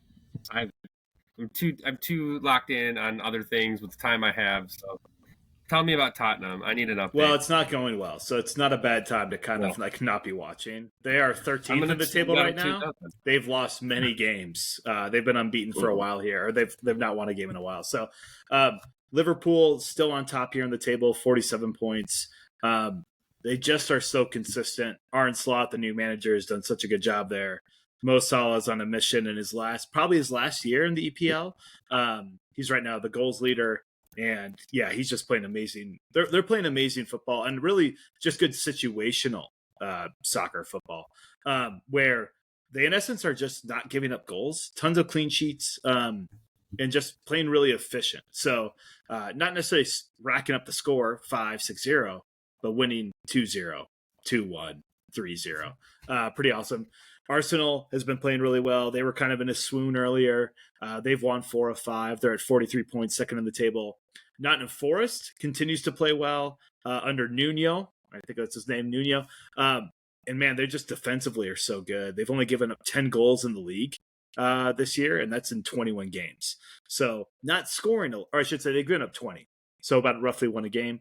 They're not scoring a lot. They've only scored 30, but man, they're just getting good results out of that. Newcastle's on a tear. They've won 5 in a row, and they're sitting in 4th at 38. Chelsea, my team, Chris's team, yes. They're at 37 points. They've been on an unbeaten, or they've not won a game in 5 games. They've not been playing as well. Lost 2 games, drew 3 of them. Just sloppy mistakes. They're still a really young team, so it's been tough to watch. But I think they'll get back into good form here. They actually have had really good chances, and they were just making those chances earlier in the year, or just even a month ago here. So, and then it's last we're talking about Man City, who's 6th. Again, they were in that horrible swoon. I think they hadn't won for 8 or 9 games. And now they've been putting it together here. Phil Foden's been playing a lot better. He's one of the stars in the EPL. They've either drawn or won their last 4 games. So in good shape. Can they challenge for the league this year? Hard to say. They're pretty beaten up. Rodri, their center defensive midfielder, being out for the entire year, it's really hurt their team. But this is a team coached by Pep Guardiola. They are they're going to come to play. They're going to play with high energy. And they just ran through a swoon there. And it feels like with the January transfer window, which is open right now for a month, where teams can buy players and that kind of thing, could be good for them to maybe make some investments here. You have other teams like Aston Villa's in 7th. They finished top 4 last year. West Ham hired Graham Potter, who's a former Chelsea manager, former Brighton manager. They're sitting at 12th. In a relegation battle, kind of, but they're going to be okay. Tottenham, like I said before, sitting in 13th, 24 points. Things are going awire there. Tottenham's always been the little brother, little sister to Arsenal, Chelsea. It's not going well. United had hired a new coach. They seem a little bit more on the up, playing better, but they're sitting 15th. For Man U to be 15th in the table is pretty insane. So that is my view from the table for you. Let's move. Can I ask a question about the EPL? Got you. What's up? Does the old cliche of defense wins championships, does that apply to European soccer? In some level, yes. But I was telling Chris about this. A lot of the teams down in the English Premier League are playing really what they call progressive football. So they're pressing. They are trying to win the ball back really quickly, high possession game. And so the old EPL was very much a defensive game. A lot of 1-0 games, 0-0 games, 2-1 games. Now you're seeing teams have lots of chances. It's really high energy, tons of press. So you're seeing games that are 5-3, 4-2, 4-1. These teams can score. So yes, the defensive record matters, right? You look at Nottingham Forest. They're 3rd in the league. This is a bottom tier team in most years. They're having an incredible year. It's because of their defense. Liverpool, they are having such a good defensive year too. So it still holds to some extent. But these teams, man, they can score 5-6 goals. And that just wasn't happening in the EPL as consistently as it is now. So I have one question too, Phil. Yeah. So obviously City's won 4 titles in a row. Yeah. Like they sit 6th. Like, can they still win it? Like, where are we at in terms of how much time's left, and can they make up that much ground, do you think? Yeah, so we're at match day 21. We just went through match day 21, and there's 38 weeks, right? So this goes all the way through May, and there's all these other tournaments and stuff going on as the EPL is going on. It's right. The NBA adopted an NBA Cup. Matt Gardner's going to talk about this in a little bit. But that comes from English football. That comes from these tournaments that are happening in England, but then also throughout all of Europe. And so, yes, they still technically can. I mean, they're 12 points back. They still technically can. Their depth isn't as good. Their scoring prowess hasn't been as good. I would be shocked if they won the league, but I think they'll make top 4 because Pep Guardiola is such a good coach. They will invest more in the January transfer window, I believe, just to build some depth for themselves. But Arsenal strong, Chelsea strong. Liverpool looks really, really consistent right now. So they can technically, yes, but I wouldn't, if I had to put money, I wouldn't put money on it this year. And I mean, there's no team that's ever won it this many times in a row. At some point they were due. And I think that's this year for them. All right. Our last around the world of sports, Gardner's favorite sport, the NBA, which we are trying to appreciate more. We're trying. Help us appreciate it more. Can we heckle? Can we ask questions? Absolutely. I intend Absolutely. Yeah. Here we go. Real quick, we'll talk about just the NBA as a whole before I get into the Milwaukee Bucks. There's a game that, I mean, if you guys want to tune in to an NBA game, we're recording this Wednesday night. Tomorrow night, Thursday night, is the second round of Thunder, Oklahoma City Thunder versus Cleveland Cavaliers. They played arguably the best regular season game of the NBA last week, and now they have a rematch this week. They're the two teams with the top records in the NBA in their respective conferences. The Cavs are 34-5. The Thunder are 33-6. It was a really, really good game last week. Like I enjoyed. I think I caught most of the third quarter and the fourth quarter, and it was a fun night of basketball because then right after that the Bucks beat the Spurs. But if you guys are going to watch an NBA game this season, watch that game tomorrow. Two teams playing very, very high level basketball with a lot of depth and a lot of good players.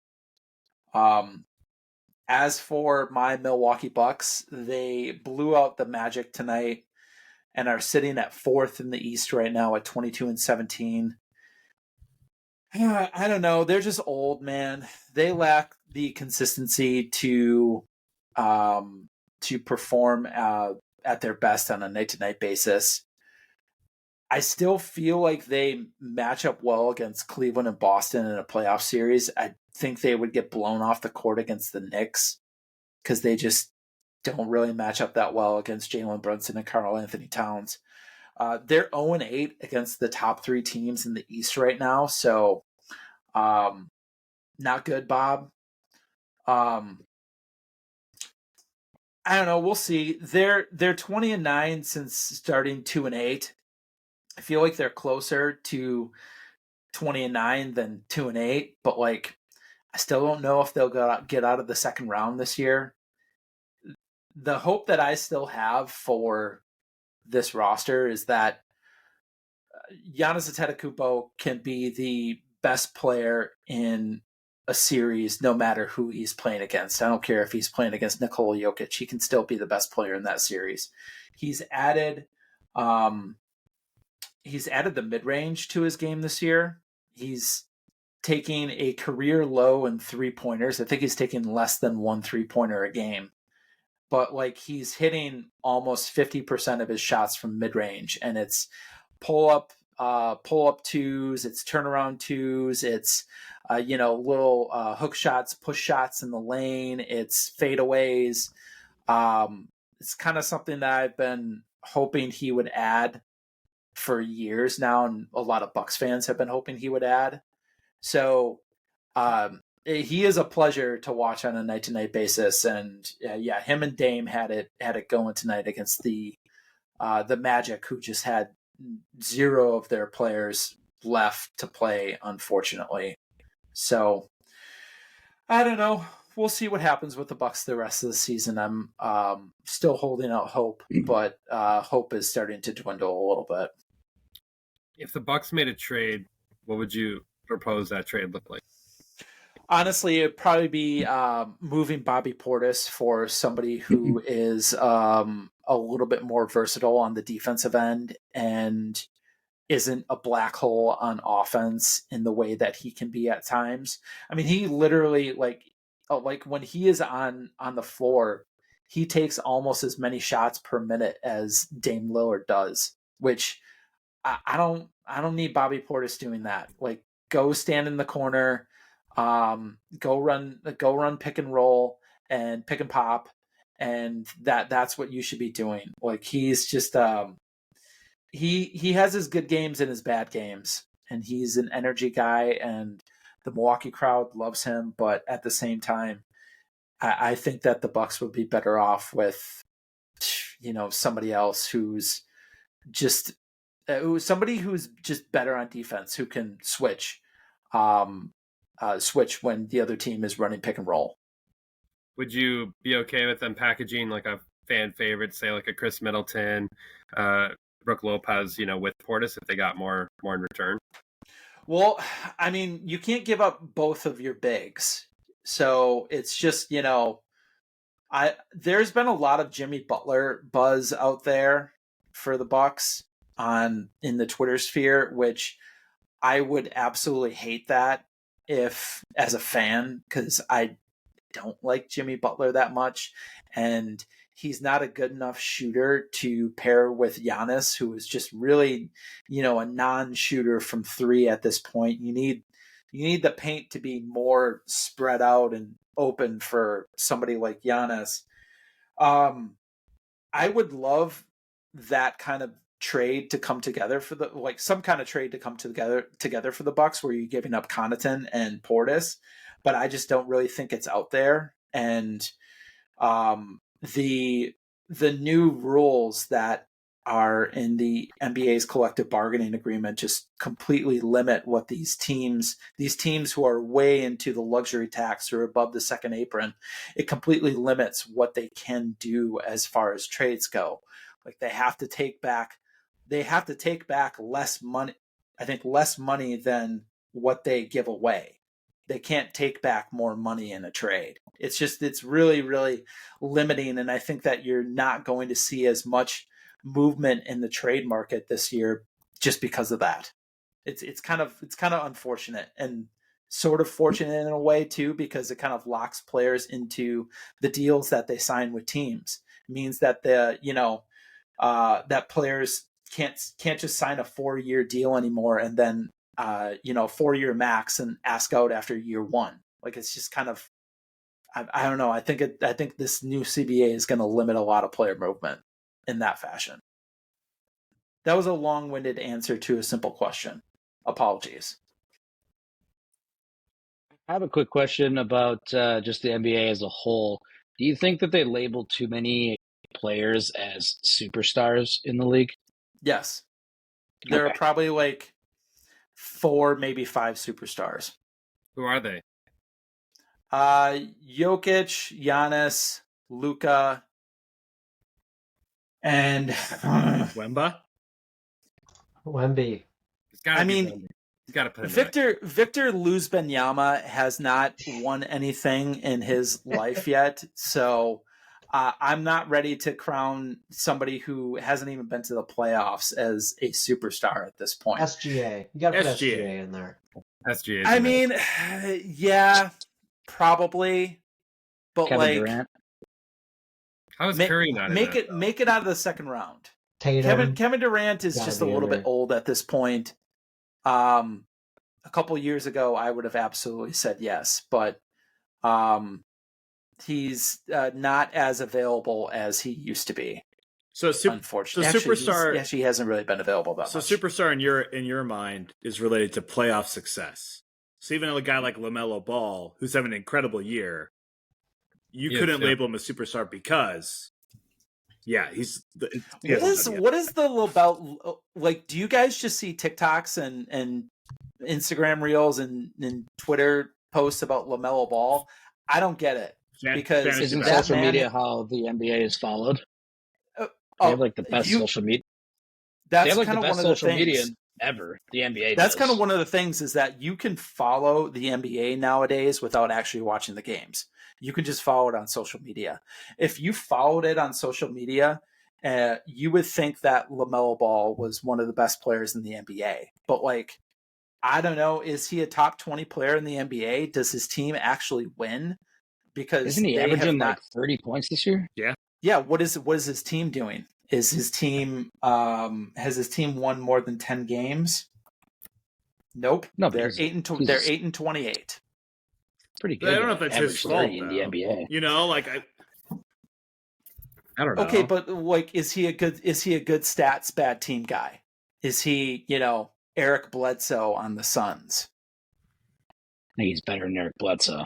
Probably. But like, that's kind of the mold of some of these guys on these bad teams is they put up stats. Their teams don't win. The Hornets have never made the playoffs when he's been on the team. So I don't know. Is he good? Sure, the highlights say so, but his team doesn't actually win. That is a weird Sure. difference though that you brought up of like you can follow the NBA on Twitter or these highlight reels. You cannot do that with college basketball. You can't. You either No. have to watch the No. games or you have to watch the highlights. Like you can't really do that with the NBA, and part of it is again, college basketball games can be all over the place too. But generally, when college basketball games are played. You don't necessarily know when NBA games are played other than Sunday afternoon. That's the only time that I know a game is on. Friday night, I mean, too. that's the power of ESPN. Tuesday- That's the power of ESPN, though, right? They control college basketball pretty much, Yeah, right? that's like, true. It's everybody knows they can just flip to ESPN and probably catch a college basketball game. Yeah, that's true. And real quick, I'll mention this when we're talking about channels and different different media partners. The NBA is going to have NBC and Amazon Prime as two of their media partners next year, and I can't tell you how excited I am to have like new blood covering this league, because I mean, as good as the guys are on Inside the NBA on TNT, none of them have been playing in the league now for more than 15 years, and I mean, it's kind of feels sometimes like their opinions, like the game has just kind of passed them by, and they just kind of don't really understand the game anymore, and they just kind of crap on it whenever they get a chance to, and it really stinks. I think ESPN has done an absolutely terrible job of covering the NBA. Having Stephen A. Smith as one of your lead NBA guys on your pregame show and your halftime show is one of the worst decisions that you could ever make. Like, give me an actual analyst. Give me a real analyst and not a take artist. ESPN, has just kind of sat on their hands over these past few years, and it's really the way that they cover the NBA, just the way that the NBA media covers the NBA right now really, really does not do service for how good the league is right now. It's really unfortunate. We could keep talking. I feel like the NBA right now, especially on like a like societally, the structure, there's like so many different storylines right now. Maybe we talk a little bit more about that next week on the pod, or just have a little bit more formal. Yeah, because we could talk more kind of off the cuff about this. I think you're right, though, at some level with NBC and Amazon Prime. That might neutralize some of these negative storylines. Gardner, can you tell us about our newest sponsor? This evening's episode is sponsored by the Neighbor Neutralizer, the toolkit for keeping peace in your neighborhood. Whether it's a lawnmower revving at 6 a.m., hate that, a barking dog that never sleeps, or holiday lights that can be seen from space, we've got the solution. From soundproof earplugs to a subtle hint brochure on proper etiquette, we'll help restore your sanity. Our kit also includes a neutral zone chalk line for shared driveways and a noise dampening curtain for those walls that might as well be paper. For more advanced cases, try our anonymous polite complaint postcards, pre-written to sound friendly but firm. The Neighbor Neutralizer, trademarked, even offers a free guide titled When to Call It Quits, Moving Without Guilt. The Neighbor Neutralizer, because peace of mind shouldn't come with a side of frustration. I just think about the Seinfeld episode when Kramer's got the gigantic neon fried chicken sign in his window. Great episode. Kenny Rogers Chicken reference. Roasters, baby. Kenny Rogers chicken. I can't stand it anymore, Jerry. I got no sleep. You don't know what it's like in there. There's all this noise, and that red light is burning my brain. You did good, Jerry. Oh, I'm stressed. So good. That's very That good. wasn't bad. Yeah. Oh my god. Sorry, that was Kramer. Great show. Right? You were doing Kramer there. No, that was Jerry impersonating Kramer. impersonation. Jerry That was switches levels to apartments that with Kramer. impersonation. That was a great impersonation, then. Well, let's go to everybody's favorite segment, the top 5. This week's rendition of the top 5 is favorite states other than Wisconsin. Frem, we're going to start with you. You're first on the list here. So here's my open, another confession here. I've not been to that many states. I need to get out and travel more. Parenthood's locked me down, and I just need to travel more. So that's my admission here. I almost put states on here. Well, I did put one state. I've not been to Colorado. I'm just going to say that, Phil. Dude, I'm sad about that. come hang I out. put it on my list. Got a I free put room. it on my list, even though I haven't been there. But I would have put other states on there. But I'm like, you know what? I'm not going to put that many states I've been to. Like Oregon, for example. I've been to Oregon. I'd like to put that on my list. But so primarily states I've been to. Kentucky, pretty cool place. I'm sure I could get Hado in the flame talking about bourbon here. There's great stuff there. Like horses. Been to Louisville, however you say it. You gotta like swallow it as you say it there. Some really good culture there, cool vibes. Had some hot chicken there once. Colorado, I'm gonna put that out there because wife has family in Colorado. I know a high school classmate in Colorado. Our own Phil Arthur Smith is in Smith. Thank you for saying I wanted to Smith. combine your name. Smith. I said Smith. Yeah. You're like Chris's brother, basically. Pretty much. Arthur Schultz is in Colorado.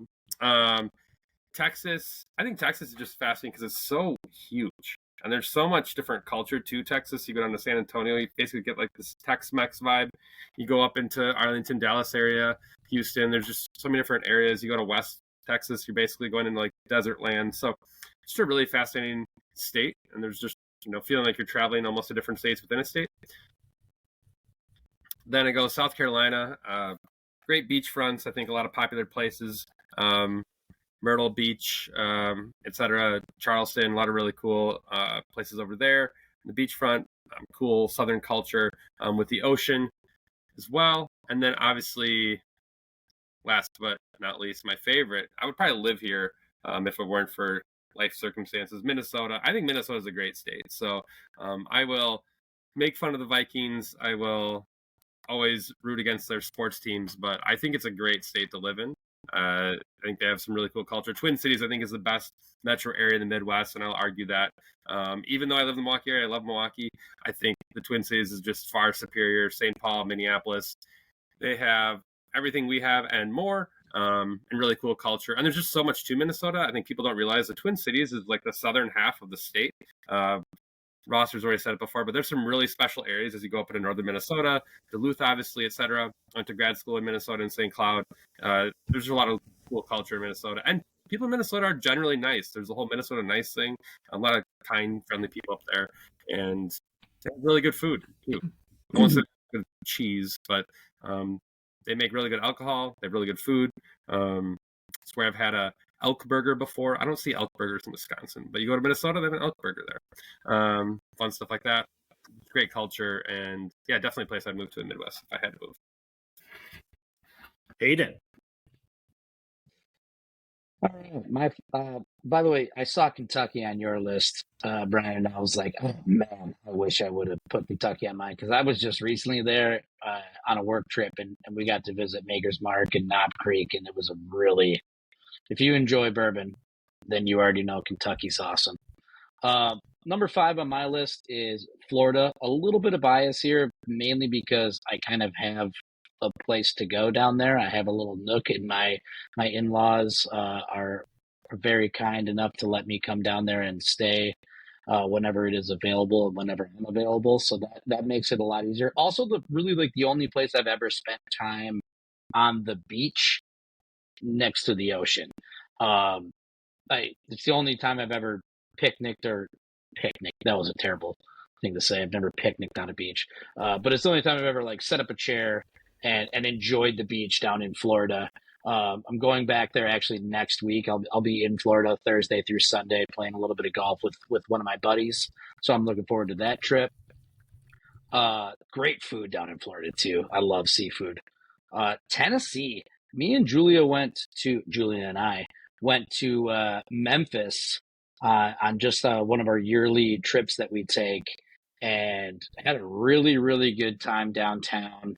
Uh, Went and saw a Memphis Grizzlies game. This was before Ja Morant was there, and Joakim Noah was actually on the team. And we watched the game, and then we went downtown for pizza and saw Joakim Noah walking down the street with his lovely date that night while we were riding around on bicycles. And I'm like riding down the street, and I just see this figure at night, and I'm like, boy, this is a very tall human being. And I ride by on the bike, and sure enough, it's 7'1" Joakim Noah just moseying down the street after a blowout loss to whoever they lost to that night. He was not in too high of spirits. That was great. Texas. I went down to Austin. What a really cool area. If you like a good nightlife, Austin, Texas is exactly where you want to go. The barbecue is insane. Go ahead. It pains me to not have Texas in my top 5. Just off the strength of Austin and all the food. I think it might kind of, it might be at its peak right now, but possibly near a quick downward spiral here with just the mass amount of people that are moving there because they think it's cool. So that might affect it here coming up. But when I went, Austin was absolutely incredible. The nightlife is insane. The music is insane. The barbecue is insane. Just a really fun place to go. My buddy lived down there. Went and played some golf with him one summer or one off season. It was really cool. Colorado, we just went there on a 10-day road trip. My wife and I this last summer. Absolutely gorgeous. I mean, it's just, how can you compete with majestic mountains basically everywhere you look? And it's just, Rocky Mountain National Park is absolutely incredible. Red Rocks was one of the coolest experiences that I've ever had, entertainment-wise. I mean, we saw Whiskey Myers at Red Rocks this last summer, and it was just absolutely beautiful with Denver in the background. Just a fantastic state. And then Montana, for me, Glacier National Park is the greatest place that I've ever been in my entire life. And I will go back there as many times as I ever get the opportunity to. And just a very cool, slowed down, I don't want to say laid back, because they work very, very hard. All those ranchers and everybody that live in Montana, the people that survive Montana around the clock with the brutal winters. It is just an absolutely gorgeous place and has a ton to offer, especially if you like nature. So get out to Montana and go check that out. Chris, what you got? All right, so my number 5, I have New York. I think I was like destined to live in a big city at some point in my life. Like, I think I would thrive in that environment. And just New York is obviously like the capital of big cities in the United States. And the food, specifically, I love pizza.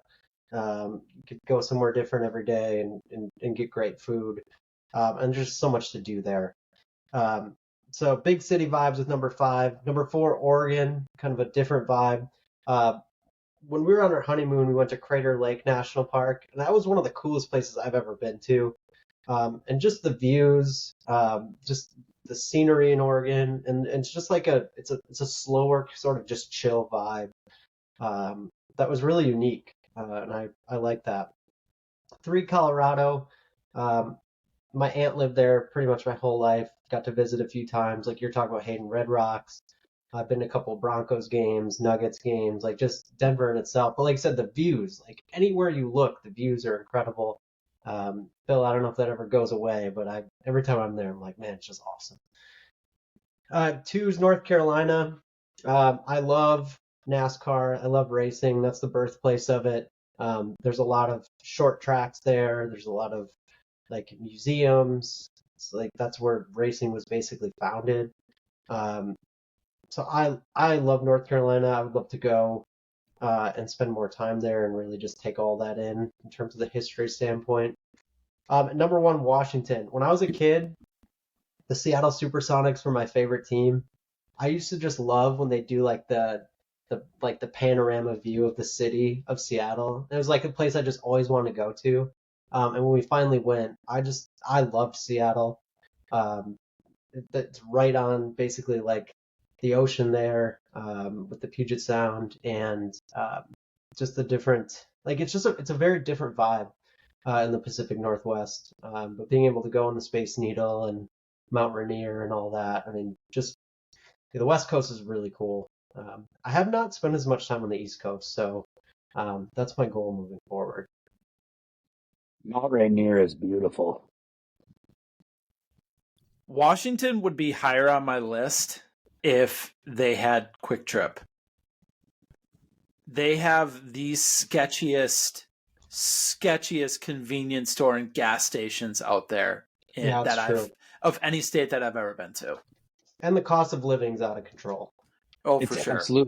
absolutely insane, the cost of Yeah. living out there. Like a joke. But it was great. Mount Rainier was incredible. Maddie, what's your top? So I was running through it. I think I've been to 29 of the 50 states. And I'm not counting like states that I've just like driven through. Like I've driven through Ohio, Pennsylvania. Slim and I got stuck in West Virginia on a fan bus down to Salem, Virginia. I don't count stuff like that. Like, so, I've been around just a little bit. Number 5 for me is Utah. Utah has 5 unbelievable national parks, and then just kind of like a really good variety of like just different landscapes, desert, mountains in the northeast part of the state, all the salt flats in like the western part of the state that are super cool and interesting.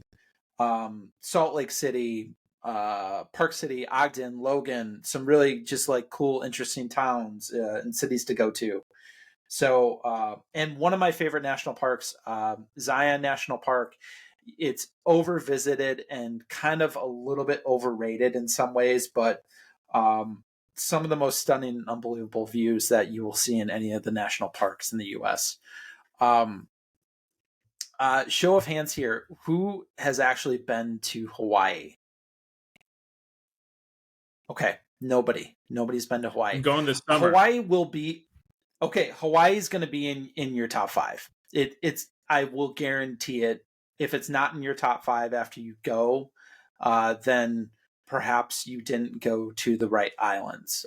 Brooke and I went out there and went to the Big Island and to Maui, and it's stunning. It's unbelievable. It's, we our Airbnb was right across the road from the ocean on the Big Island. I think probably 8 of the 9 days that we spent out on the Big Island. Actually, I think all the days that we spent on the Big Island, the ocean was right across the road from us. It was great. It's gorgeous. I'd highly recommend making it out there at some point in your life. Minnesota, it's where I live. I won't delve into it too much because Frem already has. Number 2 for me is actually Michigan. I have never been to Lower Michigan, but I've hung out with a bunch of Upers before in Upper Michigan, and it has my favorite ski resort, Mount Bohemia, and just a bunch of fun little small towns to go to, really awesome nature, and Lake Superior and Lake Michigan are awesome. So I just a lot of coastline in that state. Number 1 for me, I would probably never move to this state just because of cost of living, the fact that it's, mostly desert, or a lot of it is desert, but Arizona is number 1 for me. I mean, great national parks, Saguaro National Park, Petrified Forest, and obviously the Grand Canyon. Flagstaff is awesome. I freaking love that town. Tucson is awesome. And just the Phoenix area is really, really super cool. I like I said, I would never move there, but I love vacationing there. There's a lot of diversity in that state. There's a bunch of cool places to go to. Would highly recommend going there and doing more than just going to spring training. So, Maddie, isn't it crazy that we're getting to the point that we have to say that national parks are overrated? well, yeah, because so many people are going out and visiting them now. Like That's Zion, what Yellowstone was. It was like man. Go ahead. Zion is a tiny national park, like compared to Yellowstone, but receives like pretty close to the same amount of annual visitors. Sure. So Yellowstone was shoulder to shoulder when we went, and every other national park we visited on our 9-day trip it felt like we were the only people there. And then we drove into Yellowstone and we were like, get us out of here. This is crazy. And I haven't actually been to that many national parks, and I want to go visit them, So to hear like that it's crowded and kind of too crazy, or everybody's doing it. It's absolutely worth going. 100% go. Like don't think that you shouldn't go because it's busy. It is absolutely worth going to every national park. Maybe not the sand dunes. Any of the sand dunes. It's literally just sand. Like if you've been to one sand dune, you've been to every sand dune. I mean, you kind of just go to some of them to just check it off the list. Like Hayden, exactly. how many have you been to? Do you know off the top of your head? I don't have the number off the top of my head, but we have a poster hanging in our hallway that's got everyone that we've been to. So it's a lot. Brooke and I were counting the other day, I think both of us together have been to 21 of the 63. So like we're a third of the way there. Hell yeah. Dang, that's cool. It's hard though. It's hard to hit them all because Alaska has 8 national parks and Alaska's gigantic. Like some of them, I think 5 of them you can't even drive into. You have to take a plane or a boat in to get to the national parks. Yeah. I had a friend drive up from Colorado to Alaska this summer. It was like a month-long trip. And he said it was awesome. Like he said it was just so cool. My brother was stationed in Alaska when he first went into the military, and he drove from Alaska to Wisconsin when he drove home because he needed his Bronco that they bought. That's awesome. Gosh, that's cool. Yeah. Well, I'll round us out here. My number 5 is Oregon. My sister used to live out in Portland, so when I visit her, Portland feels like a Midwest city, but it's just weirder. If anybody's seen Portlandia, it's like a caricature of the show, but it's kind of true. Like the city is just kind of weird. Great beer, though. Great coffee. Really cool neighborhoods. And then if you go to the coast, Cannon Beach, there's a couple beaches on the coast there that are pretty cool. Every beach is really different, and I really wasn't a beach person growing up at all. But being on the West Coast a lot, kind of become that a little bit, and really enjoy the beach for what it is. And just a great place to visit. Really beautiful in terms of woods and that kind of thing. Number 4 is all nostalgic for me. It's Missouri, which none of you have. And that makes sense even. I get why you don't have it. But for me, I went there about 2 to 3 times a year growing up. My mom grew up there. And so I just have really good memories in a lot of the small towns surrounding where my mom grew up, and visiting St. Louis, and, been to Old Bush, New Bush, and seeing the Arch and all that. I'll have just good memories of that place. Number 3 is Washington for me. Our family, all of the kids and me and Emily, went up to Washington. We took Wyoming through Montana. Montana's incredible. And we spent time in Washington. Emily's, my sister-in-law lives there. And man, just incredible scenery in a way that I didn't expect, especially driving from, what's the Gonzaga city? What am I blanking? Spokane. Thank you. Going from Spokane, which is just flat, and it's like, yellow and kind of like there's like nothing. All of a sudden, it like completely opens up, where you have like some mountainous stuff, and you have vineyards, and you have a lot of water. Just beautiful. Seattle's really cool. Busy but really cool, and it's just a great state to be in. I think there's a lot of different places with it that are really cool. Number 2 for me is California. And I've just spent time in Northern California, worked at a camp up there near San Jose, and spent time in Southern California. Was in Orange County for 2 months, Huntington Beach area. And, there's obviously problems with California, and people have really strong opinions about this state for some weird reason. But like, man, Northern California, just cool, chill. If you've never been to Davis, California, go there. It's like a California Eau Claire. It's like 70,000 people, kind of near Sacramento. And if you've never been to San Francisco, just tons of cool sites on the coast there. And yeah, just there's a lot of Northern California. And then Southern California, it's just chill. If you're in these beach towns, it is just chill. And I don't know. So I really like the culture of it. And then number 1, right? I grew up in Wisconsin, but I've been in Colorado for the last 11, 12 years. And Colorado is what all these guys have said it is. Amazing views. My drive, I actually, I'm drive in the morning at a time where often the mountains are purple. And I just, every time, it's really incredible, just scenery. 300 days of sun. The winters aren't harsh. Denver's a pretty cool city on the whole, but even if you go into these mountain towns or Fort Collins or Colorado Springs, even, just cool things to do. My only complaint is the cost of living is insane. You talk about Washington, but Oregon, Colorado's there too. But totally worth it. Just a great place to visit, great place to live. Thankful I'm here for sure. I know to go to all these states, right? A lot of driving, stopping at gas stations. Chris, can you tell us about our newest sponsor? Yeah, proud to bring on the Ultimate Gas Station Gourmet. The service that makes every pit stop feel like a 5-star dining experience. Why settle for day-old pizza or a half-eaten bag of chips when you can enjoy a lobster tail with garlic butter sauce while you wait to fill your tank? Picture this. You're pumping gas in the middle of nowhere and somebody hands you a fresh, perfectly grilled filet mignon with roasted veggies. Okay. All right. Or how about a truffle? Gosh, I can't do it. Okay. Or how about a truffled mac and cheese that makes you forget that you're standing next to the guy who just bought 10 energy drinks?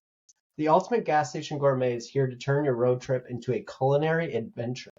Because when it comes to food, why should your car get all the premium treatment? The Ultimate Gas Station Gourmet. Because the only thing better than a full tank is a full stomach. Holy cow, I failed that.